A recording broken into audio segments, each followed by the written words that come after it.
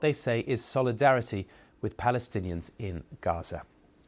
Well, with me is Mohamed Taha from BBC Arabic. Mohamed, what's the latest on this strike? Yeah, apparently the Israeli army announced indeed that they intercepted that missile that was launched from Yemen. Many parts in the West Bank and in the middle of Israel witnessed that the sirens of warning of that missile. This is an indication that this war in Gaza has indeed a regional implications, and Israel during these 20 months of the war, since the war started in Gaza, did not manage to contain that widening regional conflict in the region. Well, you mentioned Gaza. Mohamed, stay there for a moment, because an American and Israeli-backed aid supply group says it has started operations in Gaza, delivering truckloads of food to so-called secure distribution sites. The Gaza Humanitarian Foundation, which uses armed American security contractors, bypasses the United Nations as the major aid supplier to Palestinians. It has already seen its own executive director resign in protest amid mounting concerns over the project. The foundation says it delivered truckloads of food to its secure sites on Monday, where distribution began to people in Gaza, although it isn't saying how many trucks were involved. The project has been controversial, seen by critics as politicizing and militarizing aid and using food distribution to kettle Palestinians to diminishingly smaller areas, with selective distribution used to starve out Israel's adversaries. The foundation rejects the criticism, saying its operations conform to the humanitarian principle of neutrality. Mohamed Taha still here. Mohamed, this was the story we were reporting on yesterday about the resignation of the head of this group, but now aid deliveries have started.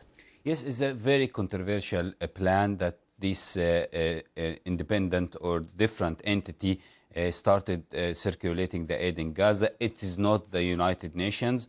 So the United Nations saying that this military-led operation is breaching the international law. It lacks independence and neutrality, because it is a military-led operation. It's not an independent. It's not made by a humanitarian agency. And the concerns are about the areas where the aid will be supplied, and therefore where the Palestinians need to be. Of course, there are indications that there is no hub whatsoever in the north of Gaza. This means that the people of Gaza will have to move south to get the aid.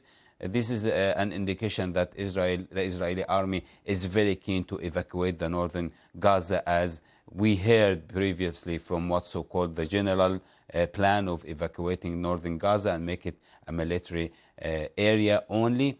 And then the focus is still on wherever the Palestinians are, their fate. Now, what's the World Health Organization been saying overnight?